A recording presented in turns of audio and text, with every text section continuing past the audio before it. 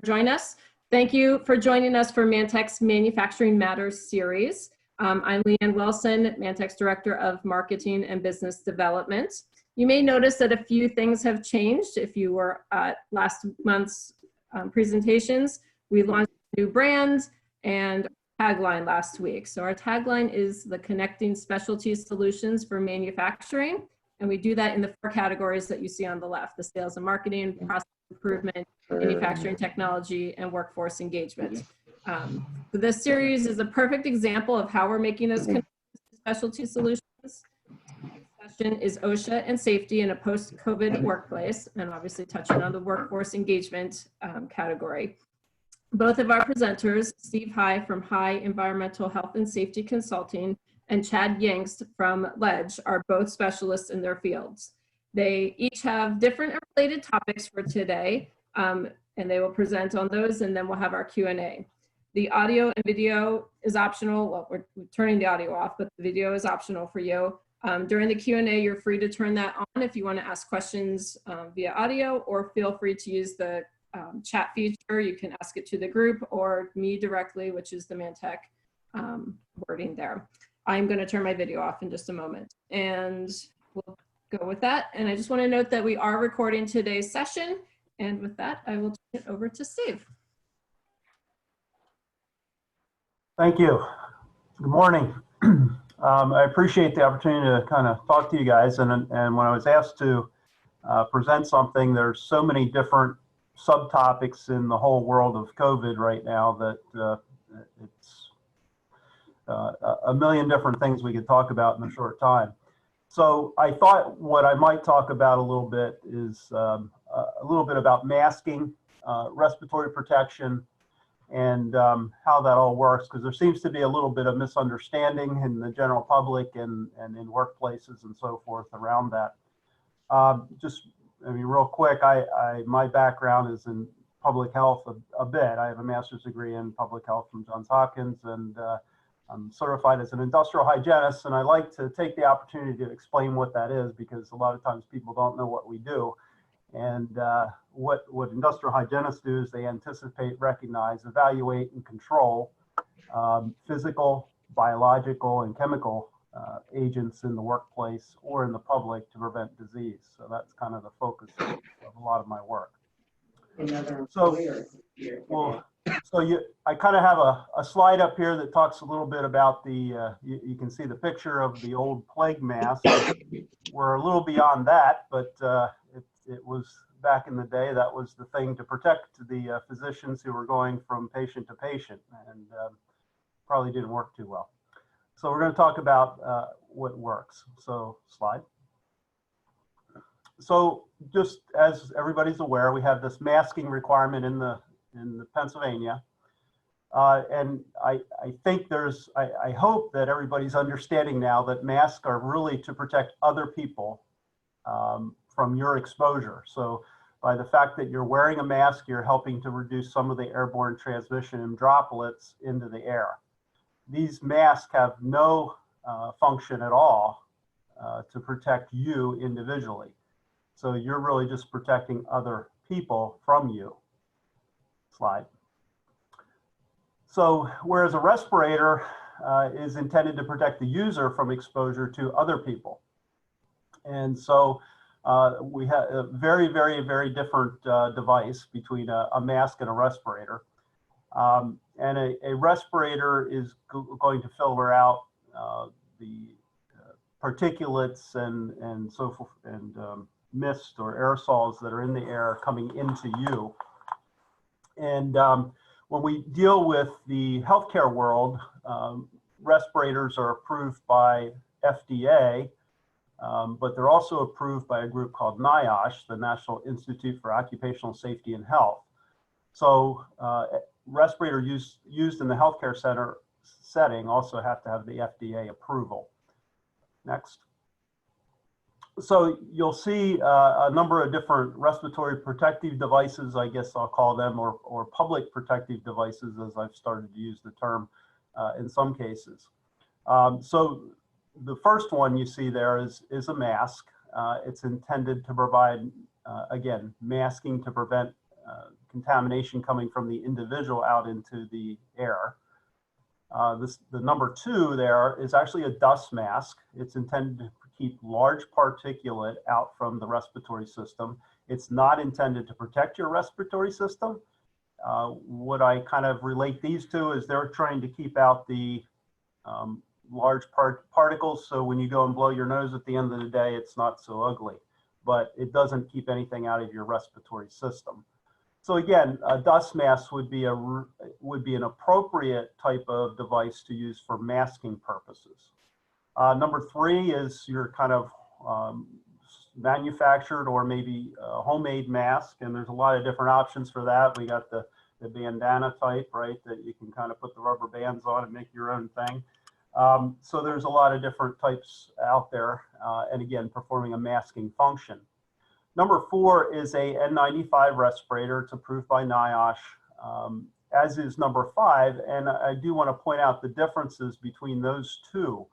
Number 5 has an exit valve, and so the benefit of that is it removes some of the humidity and heat when the individual breathes out, because a large portion of the airflow comes out of the exit valve. So we'll talk a little bit about that in a minute. The last respirator is a elastomer half mask respirator with HEPA cartridges, which is the magenta colored cartridges. Again, the exit valve in the front to allow for the exhalation of breath. So we have lots of different types of respiratory protection devices, and there's certainly others, but these are kind of the ones I'm going to talk a little bit about. And so as we kind of get into the workplace, we certainly want to see people utilizing masking, not necessarily respirators, but there may be occasions where respirators are appropriate. Next slide. So as we know, the cloth covering is what's required in the state, and that's what we should be implementing and using. These masks are sometimes, this type of masking system sometimes is also used in healthcare with the purposes of only capturing gross contamination such as spit or blood splashing and things like that, to prevent that from getting into the mucous membranes. So they do have a little bit of a protective factor in the healthcare setting from that type of exposures. But for general purpose applications, again, we're trying to keep that aerosol from getting out into the environment, just minimize some of the larger droplet spread. Next slide. So we don't want to have people wearing respirators, as I'm sure you've heard. The N95s are not really, we don't want people wearing those for applications where they really should just be masking. It's a waste of our resources, and if any of you've tried to get N95s recently, you know how difficult it is. We have some applications where we need to use them in my group, and they're just really hard to locate, so I'll talk about that. So masking does not alter social distancing requirements, so this is something I think people don't get at all. So we put the mask on, you get this sense of, well, I'm protected. It's doing nothing to protect you. It's helping to take out some of the large droplet. So it's a beneficial thing to do, but please don't think you can violate social distancing because you're wearing a mask. So this is a big issue that I think I see as a problem. The other thing is people don't always mask properly. So I have some examples of what I'm seeing sometimes, and you've probably seen. Next slide. So we see people walking around. In fact, I was at a meeting, not a meeting, but a face-to-face yesterday with someone maintaining social distancing, and that's pretty much how they were wearing the respirator down underneath your nose. So your respiratory system, you know, exhalation comes out of the nose and mouth. You got to get both of those things covered, and I'm sure if some of you have seen, as I have, folks wearing it below their chin, which really is ridiculous. Of course, I haven't seen the next one slide. And hopefully nobody's doing that. That's a safety issue too. Next slide.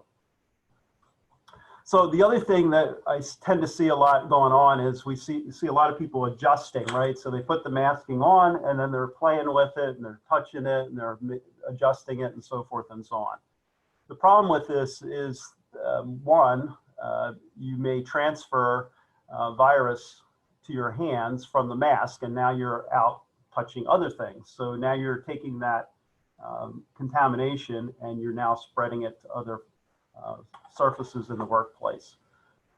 Also, you may also be potentially transferring the virus from your hands, right, to the mask. So we can have cross-contamination if people are continually playing with these types of things. And so I would recommend that these get put on, get them seated, and then don't play with it after that.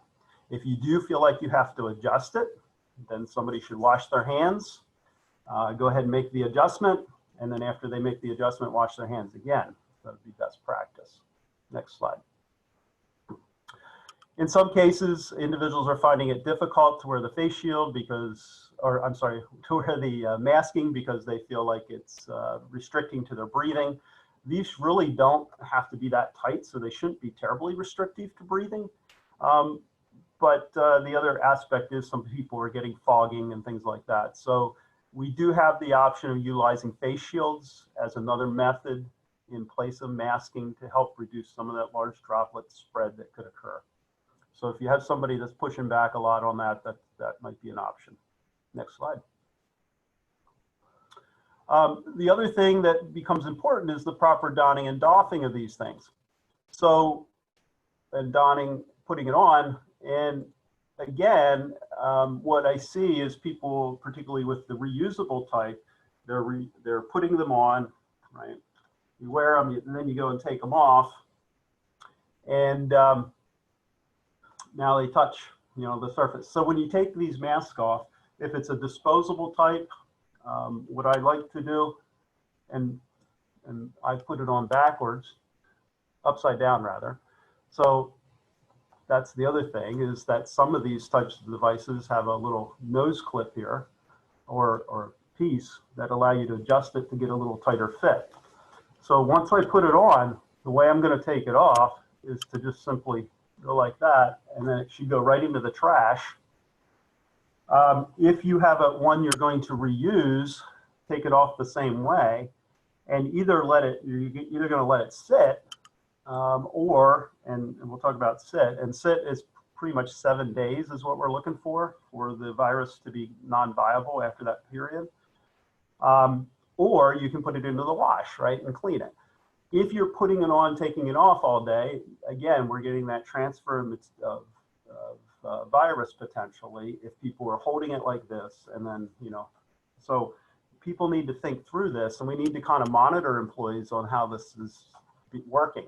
The other thing to think about is this the front or is this the front, right? So I put it on this way, and then the next time I put it on this way. The surface and the inside of it should be considered as contaminated after it's used. And then after it's taken off, appropriate hand washing. Next slide.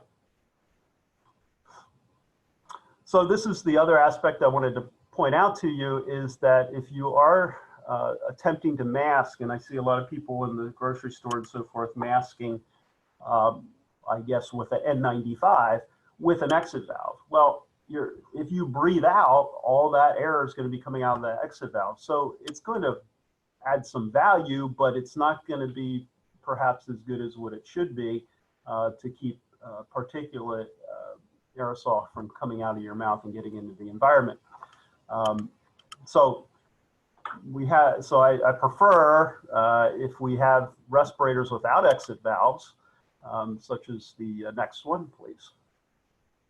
So that's a better choice probably if we're trying to utilize a respirator where we're wanting to protect the individuals nearby from exhaled breath. So the other thing just to keep in mind is respiratory protection is always our last line of defense. It's the last way we want to protect people. And there's a lot of other options, which I'm not going to be talking about, and maybe Chad will be a little bit more, but it's the last option. So we have other options. We can look at ventilation, although that's a little bit of a challenge sometimes to actually do something with that, depending on what the application is. Barriers, modification of the work. So there's a lot of different ways we can address protection. If you have a situation where you have an employee that needs to violate social distancing because of the nature of their job, one option would be to go to an N95, and I would say a non-exit valve style N95 for protection during those tasks. Next slide. So the other thing just to keep in mind, if you're going to tell your employee, hey, you have to wear this respirator, that triggers OSHA requirements. So you must have a written respiratory protection program. You must assign a qualified and trained program administrator to implement that respiratory protection program. You must make sure the employee is medically cleared to wear the respirator because it does put an increased demand on our cardiovascular systems. You need to train the employee on the proper use of the respirator, and you must do annually fit testing the person to make sure the respirator fits, and then you have to do an annual program review. So once you kind of determine that, hey, you're going to violate social distancing, we're going to put you in a respirator as a result to protect you, all these things get triggered. I actually just had to do this with one of my employees who's going to be doing a particular task where we want them to wear a respirator. So on the other side, you could also say, well, here's a respirator if you want to wear it. You can if you want to. That's a voluntary use. That doesn't trigger all the things. The only thing you need to do there is provide a copy of Appendix D from the respiratory protection standard to the employee, and we suggest that they sign off on that showing that they received it. Next slide. When you go to a respirator like this, and you know, really don't necessarily advise this for a COVID exposure unless you have like known COVID patients that you're dealing with, then you might consider this. But again, it's not protecting the individuals who would be close to you from your exhaled breath, potentially because of the exit valve configuration. Although it's not direct, it's not ideal. If you utilize this particular type of respirator, well, even on a voluntary use, you still must have a reduced written program and you must do medical clearance. So we have to make sure that somebody can wear a respirator of this type, and because again, it's going to put even more demands on the cardiovascular system. We got to make sure people can handle that. So fit testing, next slide, is very important. And fit testing is done one of two ways. The one way is to do qualitative fit testing, where we put you in a hood. We administer an aerosol, Bitrex, or saccharin into the hood. You do different exercises to show that the respirator is providing the protection that's necessary for the exposure. Next slide. The other approach is to use quantitative fit testing, and this uses a device that we have called a port count, and we actually measure the concentration of particulate inside the respirator and outside the respirator to see what the protection levels are being provided by that device. So this is somewhat of a preferred approach. It provides a more quantitative analysis of the protective level, and we can validate different types of respiratory protection at a much higher level using this method. So it's one that a lot of healthcare facilities use, and it can be used, certainly it is used in industrial applications and settings as well. When you use a full face respirator, then this type of testing is mandated because you can't do it the other way with accuracy. Next slide. So just a little discussion on what's coming out. So when somebody coughs, sneezes, or expectorates something, we get droplets, right? These are very large particles. These fall out pretty quickly. They're heavy. And so that's why we have this 6-foot distancing, right? So that stuff doesn't really get out there. It falls out quickly. The other thing that comes out is going to be an aerosol. And this is just a mist, and it's very, very fine. And so therefore it's going to remain airborne longer. And then we have a thing called droplet nuclei, which is where the mist actually evaporates. And the only thing left is the solid particle, which is extremely small. And so when we're trying to protect from droplets, the masking does that. When we're trying to protect from the mist or droplet nuclei, then we're into respiratory protection. Next slide. So this is just a little bit of a slide showing the different sizes of particles. Again, it's extremely important. We're trying to filter out usually pretty small stuff when we're wearing respirators. If you think about the size of a human hair, it's about 50 microns thick. We're trying to filter out things typically that are 1 to 5 microns that can get into the deeper recesses of the respiratory system. And I did put on there the aerosolized size of the SARS-CoV-2, as well as you can see the virus particle itself is much, much smaller. So if we're going to try to keep those types of things out of the respiratory system, this fit testing becomes very important. You can't certainly have any facial hair between your face and the barrier, because the 50 micron opening is certainly going to let a 0.3 micron particle through. Next slide.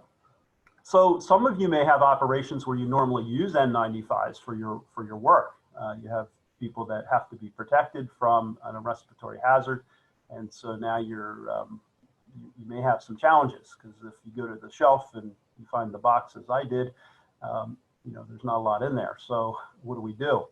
Well, although it may be difficult, there are alternate classes of respirators, which I won't get into, but there's a lot of other respirators out there that would work. But these may also be very difficult to come by right now. The other thing is that NIOSH has provided reuse and extended use guidance on the use of respiratory protection during this time period. So one of the easiest things to do is actually just take the respirators, and after the person's using it, put it into a paper bag, not a plastic bag, which so many people say, put it in a plastic bag. You go in a paper bag, and then store it. And you store it for a period of 7 days. And after that time period, any viral particles will be non-viable at that point, and it could be reused, so long as it maintains its fit and you do a proper inspection on it. So the idea then might be to circulate, kind of have 5 bags for 5 days of the week, and we keep cycling them through. So that we get extended use on those. Now, they should be only used by the person that used it initially. There is the possibility, as I said, using the half mask or a powered air purifying respirator. There is some alternate countries that can provide respirators: China, Australia, Brazil, a number of others that have been accepted by NIOSH. And some accepted by FDA, although they just retracted a large component of those respirators because they had concerns. They did some testing and found out they weren't actually meeting the requirements. And also we're finding that fit testing some of these types of respirators, there's failures. So we're not getting people being able to fit test these. And there's a lot of counterfeits on the market right now. So you got to be really careful of going to foreign sources. The other option is limit your exposure. If you know if you have a occupational exposure, you could rotate that. In other words, if I know where my exposure is, I could maybe put 3 people and cycle them through the job, as opposed to having one person do that job all day, and that might obviate the need for respiratory protection. Next slide. So I'm going to talk a little bit about record keeping, and I'll kind of go through that quickly. As you know, if you have probably know you have a work-related event that requires medical treatment, then you pretty much need to record that. What OSHA is saying, for those employers that have people in the emergency response organizations, correctional institutions, healthcare, if you have a COVID case, you pretty much should assume that it's going to be work-related. For others, they're kind of waiving that, and they're saying, well, I mean, it's really hard to determine whether somebody got it at work or not. However, if there's clearly information that the employer is aware of that would suggest that it was work exposure, that caused the disease, then it is going to be OSHA recordable if it meets the criteria. So for example, you have a group of coworkers all working together and they all come down with it and they commute together to work. Well, that's probably a likely exposure from the work group, and they're not maintaining social distances in their work environment, then you're probably going to need to log that. The one thing that I did not get an answer from OSHA on is if you have a hospitalization, because as some of you probably know, it requires a 24-hour notification to OSHA if you have hospitalization. I would go ahead and provide notice if you have a hospitalization that's a COVID case based on likely being work-related. So that's a whole nother area, and OSHA actually didn't have an answer for me on that yet. One more thing a couple more things I want to talk about. Next slide. And that's the safety committee. I'm sorry, one more. I didn't slide advance you, so I talked about a couple things beyond that, sorry. And one more, thanks. So the state, if you have a state certified safety committee, some people might say, well, what do I do? We didn't have meetings. So the state does have some guidance out on that. I just thought I'd share that quickly. They are recognizing that you may have a break in meetings. If you're recertifying your safety committee, you do need to submit the information and show that you missed the meeting. It will get denied, and that's kind of their process. And then you'll have time to respond and to explain why it was denied and justify that you could not hold a meeting because your physical plant operations were not there, and therefore you did not do it. So they have some guidance on that. They are encouraging virtual meetings. You certainly can do that.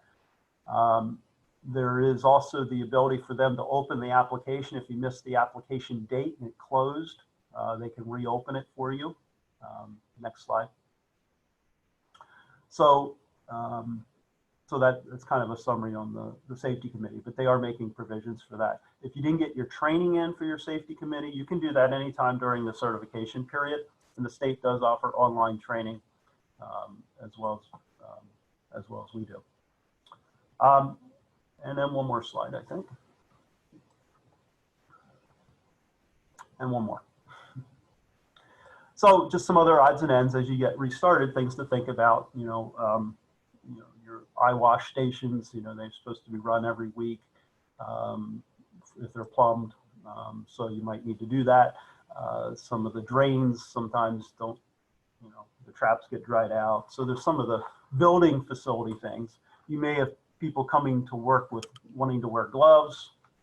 I won't get into that, but there could be some value in that, but you also have to be careful because you don't want gloves to get caught into industrial equipment. And kind of consider what safety tasks did you miss, inspections and fire extinguisher inspections and things like that that you need to regularly do to maintain that. Next slide. So that's pretty much the topics that I was going to cover. As I have listed there, we do a lot of different things from disease cluster investigations to surface evaluations. There's actually the ability to do PCR testing for surfaces now for COVID virus, although the value in that is probably not great. But there's some other approaches to assessing cleanliness of the workplace. So there's lots of different things we can assist with. So thank you.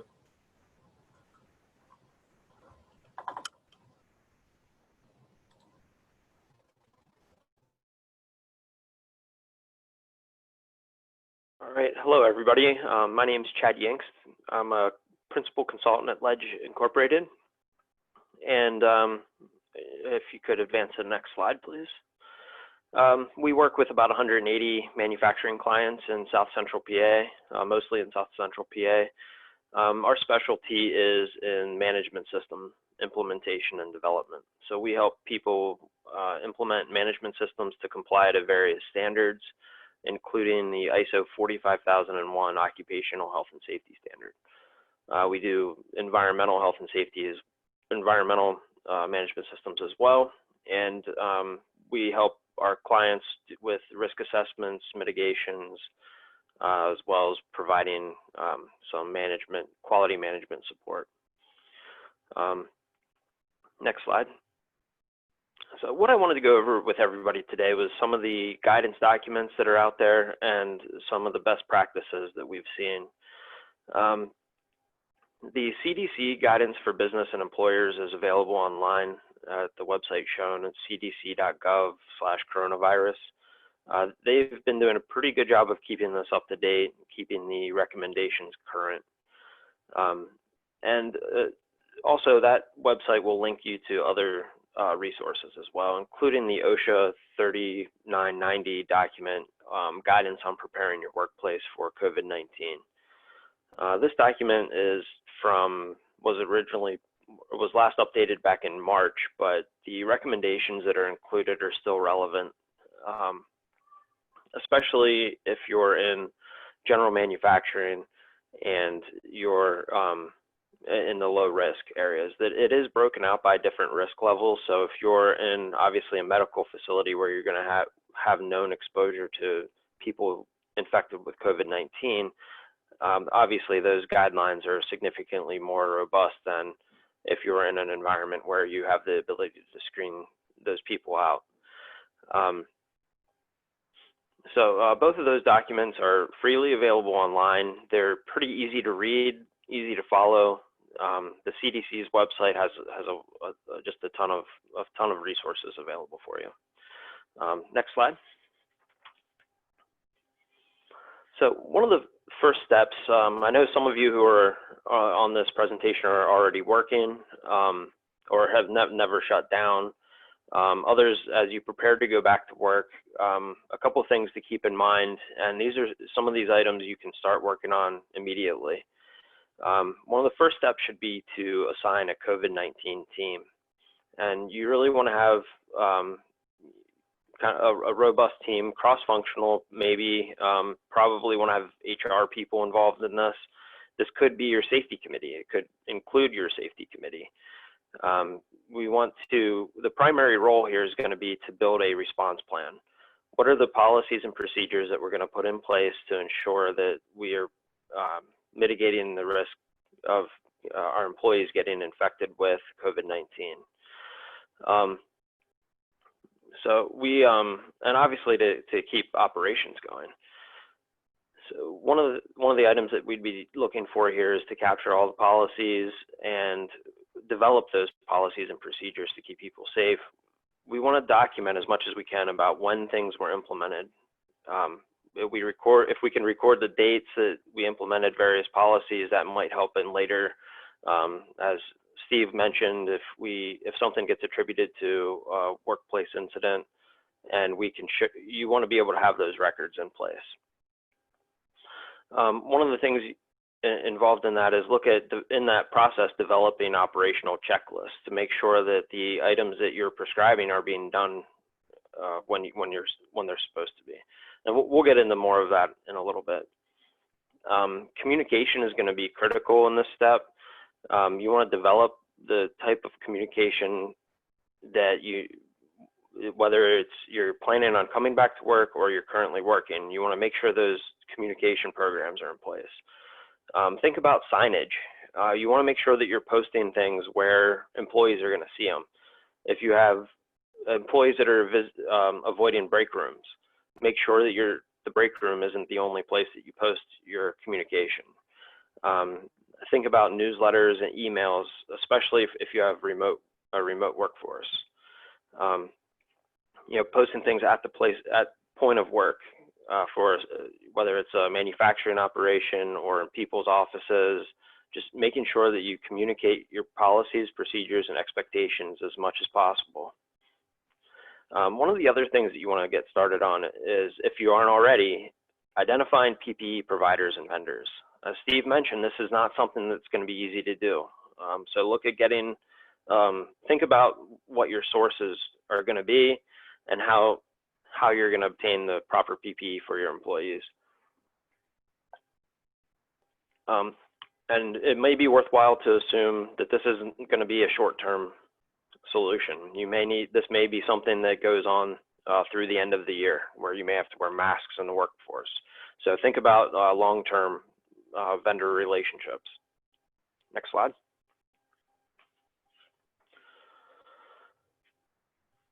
So one of the primary methods of reducing exposure would be to make sure that employees who feel ill do not come into the workforce. You want to make sure that employees know that they are not to come in. You want to make sure that as much as you can that they feel comfortable not coming in. There's likely to be people who are feeling pressure to get back to work, and you want to just allow them to feel comfortable staying home if they feel at all ill. Consider with PPE, one of the things that Steve mentioned is there's various comfort issues. You may want to consider allowing your employees additional breaks for comfort's sake.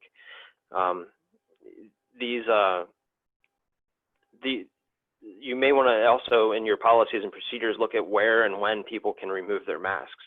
The break room may not be the appropriate place, so if someone goes on break so that they can adjust their mask or remove it, make sure that you're providing those guidelines. Do you have to step outside? Do you have to go to your personal vehicle? Whatever those cases are.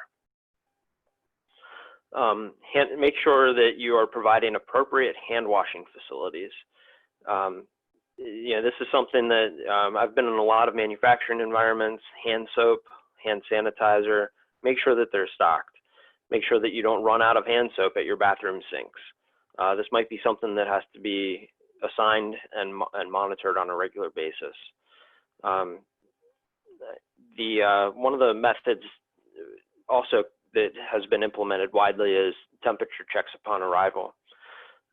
You are able to check your temperature, or employees' temperatures before they report to work. This should be, you really want to make sure you get your facts straight before you implement a policy like this.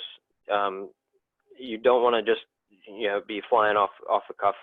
People's body temperatures, everybody says 98.5. It's a wide range. Some people it's 97, some people it's 99 for their normal body temperature. So I believe the general rule is if anybody has a temperature over 100, they need to stay away from the workplace for at least 72 hours. So think about that. If somebody fails a temp check and you have to send them home immediately, they really shouldn't be returning to work for a few days. And you may have to rely on them to self-monitor their temperature. Cleaning schedules is going to be absolutely critical. Make sure that you have a robust cleaning schedule in place, especially for your common areas. This may mean that you have to increase, and also that your employees who are doing the cleaning have proper training on how to sanitize surfaces. You may have to bump it up a little bit. This isn't just wiping things down with a wet washcloth. You may have to use bleach or sanitizers. Bleach is only effective if it's used at the proper concentration and has the appropriate dwell time. So you want to make sure that you're really being smart about this. You're not just putting something in place that's not going to be effective. Also consider utilizing third-party help. There's janitor services out there that can come in and do off-shift cleaning operations and sanitation operations for you. But I would encourage you to not assume that people know how to sanitize surfaces. Even your Lysols and things like that have dwell time requirements in order to be effective. And then to go along with the cleaning schedules, make sure that you're implementing some type of pre-operational inspection. This is something that's widely used in the food industry. It's basically someone should be doing a walk around monitoring to make sure that things are in fact clean. You may not be able to tell if things have been properly sanitized, but there are ways to do that through ATP monitoring and things like that. That gets fairly expensive, but at least make sure that someone is signing off. If you have a sign-off sheet on the bathroom for daily cleaning, make sure that it's being signed off and that the bathroom looks clean. Same thing with break rooms. You may want to have someone responsible each shift. You may have to put some sort of rotation in place to ensure that people are cleaning properly, signing off on it, and that it's getting accomplished. And this is going to be very beneficial too, just for documentation purposes. And again, make sure you don't run out of your basic cleaning supplies. So the PPE is important, but also your hand soap, hand sanitizers, paper towels, and you know, break room cleaning supplies are all very important. Next slide. So social distancing is obviously going to be one of the primary ways to help reduce the spread in your workforce. There's a lot of different options for doing this. It may not be possible in all cases. You want to do the best you can. It's important to think about all the different work environments that you have within your own facility. Not just in the manufacturing environment, but potentially in offices, if you have shared offices, cubicles, shared cubicles with desks that back up to one another or face one another. Think really hard about your shared resources. Break rooms that have a common keyboard for the computer or for the screen. Remote controls. You know, these would be good places to stage sanitizing wipes, whether it's Clorox or Lysol wipes that you can wipe down keyboards, you can wipe down the computer mouse before you leave or when you get into and when you leave the conference room. You know, look into, you know, obviously the hierarchy of controls. You want to try to put engineering controls in place whenever possible. You know, reduce the exposure as much as possible, and then the PPE should be one of the last resorts. But also in a lot of break rooms, you have vending machines. You know, think about how you can control the touch screens or buttons on vending machines to make sure that that's not a potential vector. Look at setting up specific rules for use of common areas. Maybe if you have restrooms with a bank of sinks, you may want to look at closing every other sink.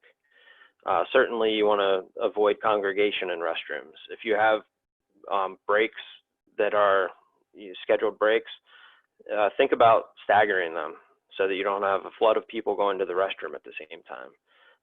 You know, there's been memes out there, and it's a good idea if you have urinal banks, you know, blocking off every other urinal, something like that if it helps with social distancing.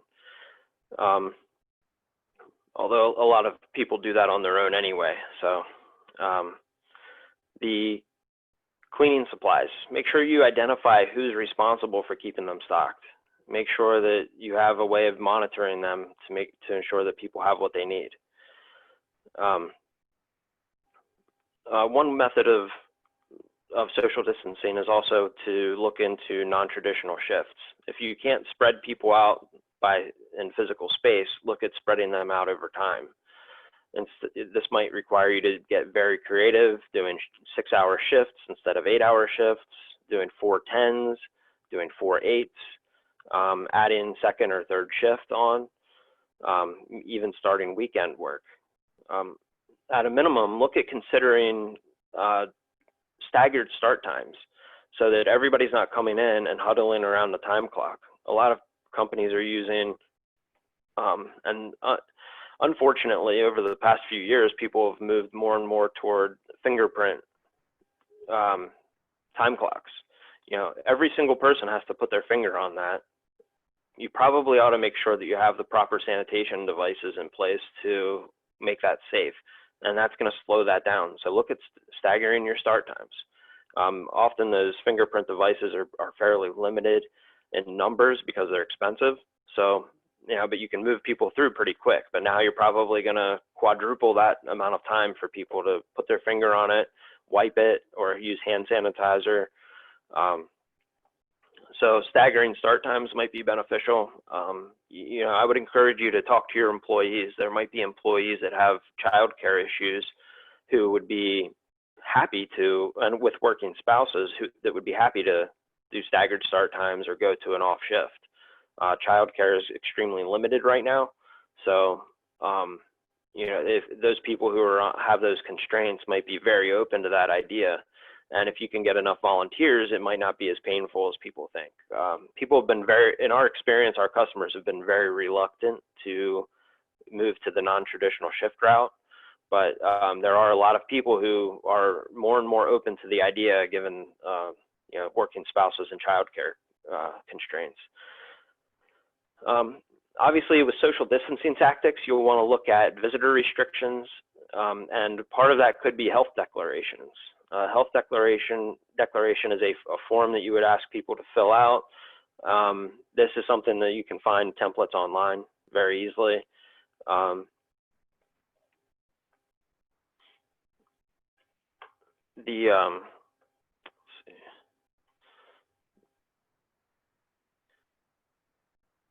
As far as visitor restrictions go, a lot of people have already put in place pretty strict visitor policies, not allowing anybody outside the organization in place.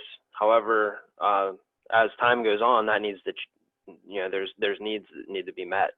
You may need third-party assistance with. We find that with a number of our clients, when we've been able to support them with remote auditing, remote internal auditing for their ISO 9001, largely. Also, pretty much every standard, even some of the food safety standards, are moving towards this virtual and remote auditing. However, sometimes you need support people to come on site to help you with those things. The big one, obviously, is truck drivers and deliveries. Make sure that you have precautions in place to reduce your exposure to truck drivers, and also to reduce their exposure as well. Just remember that they, by not allowing them into your work site, it puts a big constraint on them. They're used to being able to use facility restrooms. They're used to being able to use break rooms oftentimes. So it does impact them a great deal. However, you need to look out for the safety of your employees. So whatever you can put into place to make that work, but that is a major concern for a lot of people. Next slide. So some example of engineering controls that you can put in place. If you have direct person-to-person interaction, specifically with customers, maybe truck drivers or vendors, look at installing sneeze guards and other physical barriers. The sheet plastic industry must be going nuts right now. I see more Lexan and clear plastic sheets in my daily interactions than I ever have before. I went to pick up pizza and the entire window is covered with a sheet of clear plastic, which is great, except for a slot that they can fit a pizza box and some bags through.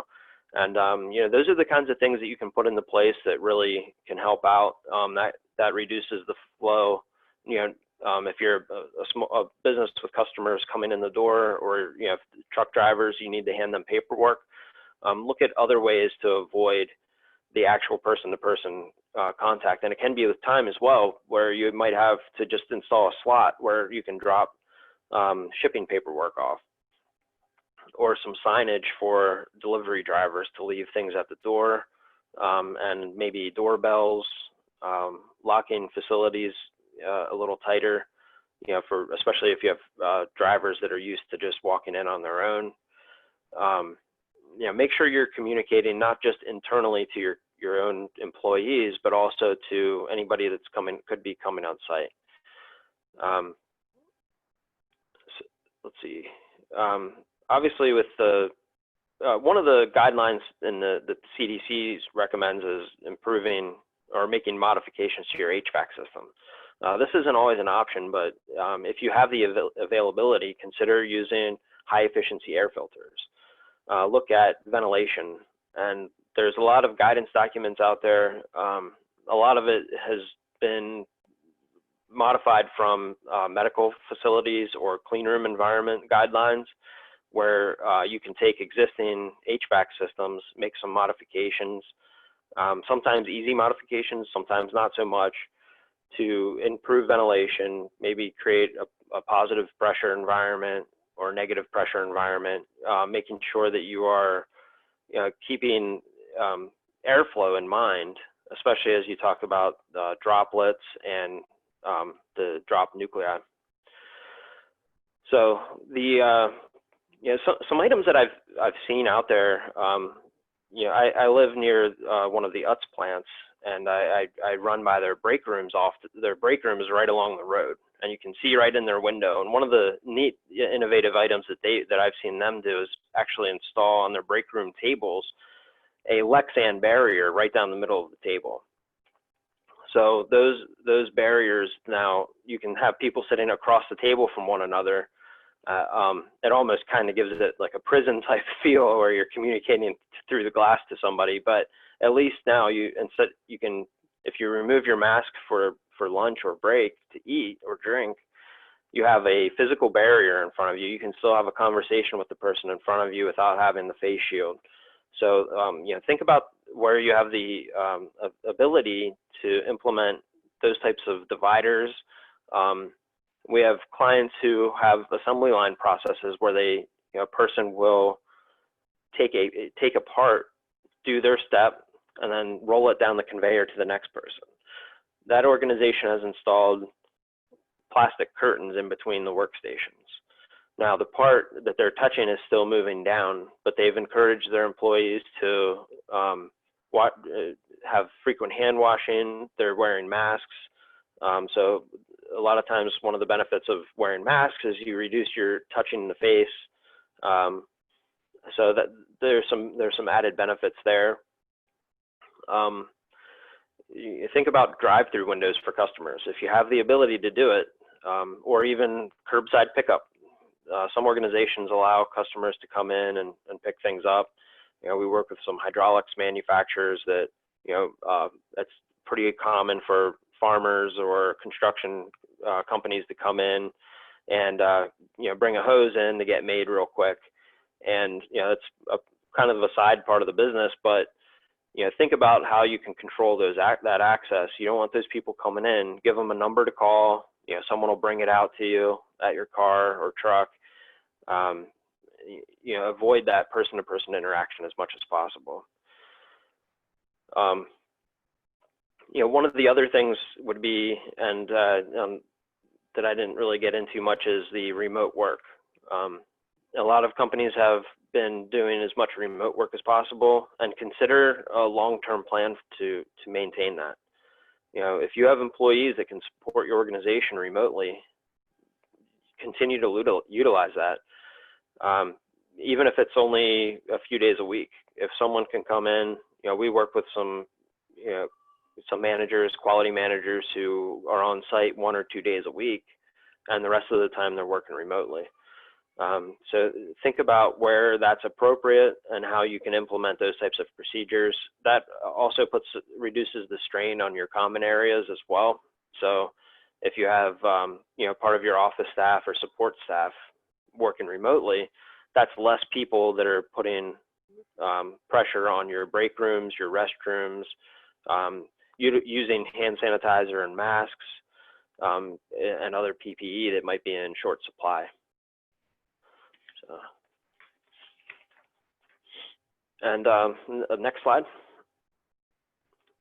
So the last thing I want to talk to you about is exposure planning. Consider implementing some sort of contact tracing program at your own organization. The 2 paragraphs here in this slide are from the CDC Guidelines. So basically, if a potential exposure means you were in contact within 6 feet of an individual who's confirmed or suspected of COVID-19. So basically, always encourage your employees to act responsibly in their own personal lives and report any potential exposure. The last thing you want is someone getting exposed and then coming into work and not thinking it was a big deal. Make sure that your employees understand what their communication expectations are. Develop your own internal tools. Talk to your supervisors about how we can document contact tracing if we need to. So who's working with whom, what positions are being filled by which people, so that if you have someone that tests positive for it or is showing symptoms or comes in with a fever, you can go back and contact other people. And then also make sure you follow the CDC guidelines for quarantining exposed people. So that's all I have for you today. I'm happy to answer any questions that anybody has.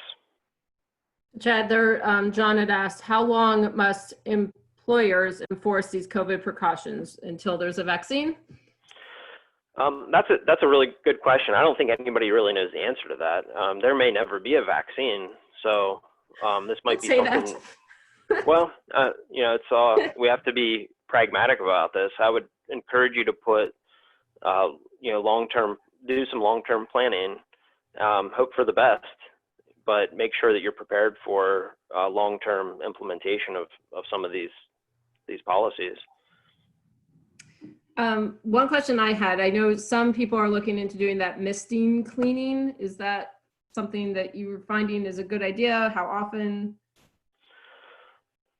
That, you know, the fogging or misting sanitation, one thing to keep in mind is that there's a really big difference between cleaning and sanitation, and you can't sanitize dirt. So facilities need to be maintained clean. And you know, the misting and fogging, you know, that's widely been used in the food industry for a long time. It's very effective. There's a lot of really good companies out there. I know one company I work with, Foamit. They manufacture some equipment that's performs really well. You know, there's a number of sanitation chemical providers out there that can provide. You want to make sure you're using the right chemicals and the right concentrations as well, and those should be tested and monitored. And companies like Ecolab or AFCO can help you set up those procedures and get the right chemicals for your environment. Also, some of those chemicals are not compatible with certain types of materials as well, so keep that in mind.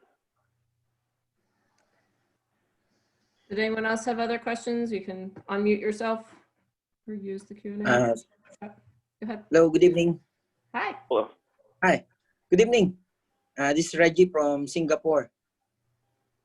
Hi, Reggie. We had a faraway.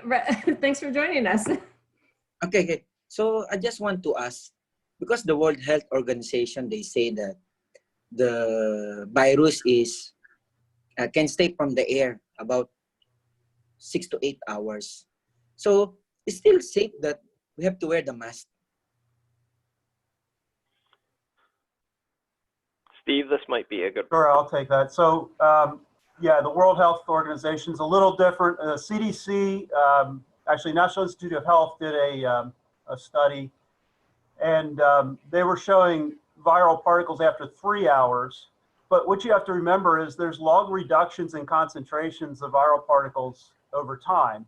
So you're going to get a very rapid reduction in the concentration. And unfortunately, right now, we don't know what the infectious dose is exactly. You can base it on some prior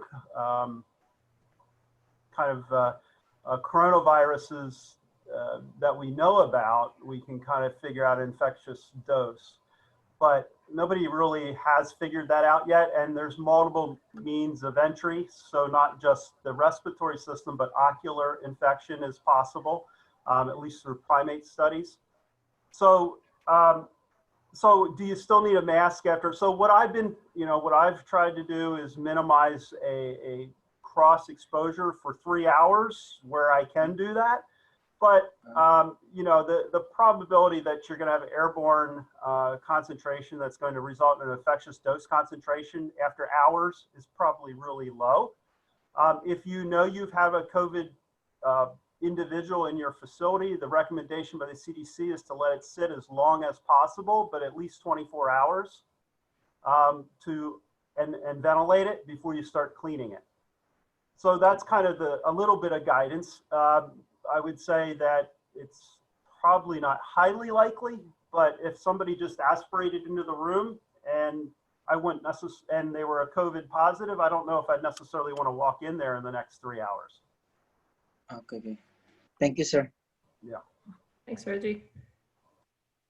All right, we are at 10 o'clock. If there's any other questions, we'll be happy to take them. Two things that I want to wrap up.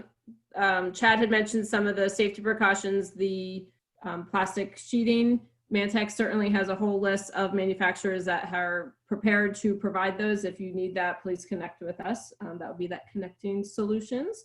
And then next week on Thursday, May 21st, we're having our second session of Manufacturing Matters, and it will be cybersecurity, be concerned or be crushed. As more people are at home, it is a bigger concern that your safety precautions are there. And then just in general, all the DoD enforcement that's coming, it's a good idea to just be aware. So that one is May 21st. And again, thank you for joining us, and let us know. Good evening. Thank you. Yeah. Thank you. Thanks, everybody. Thank you. Thank you. Thank you. Thank you, sir.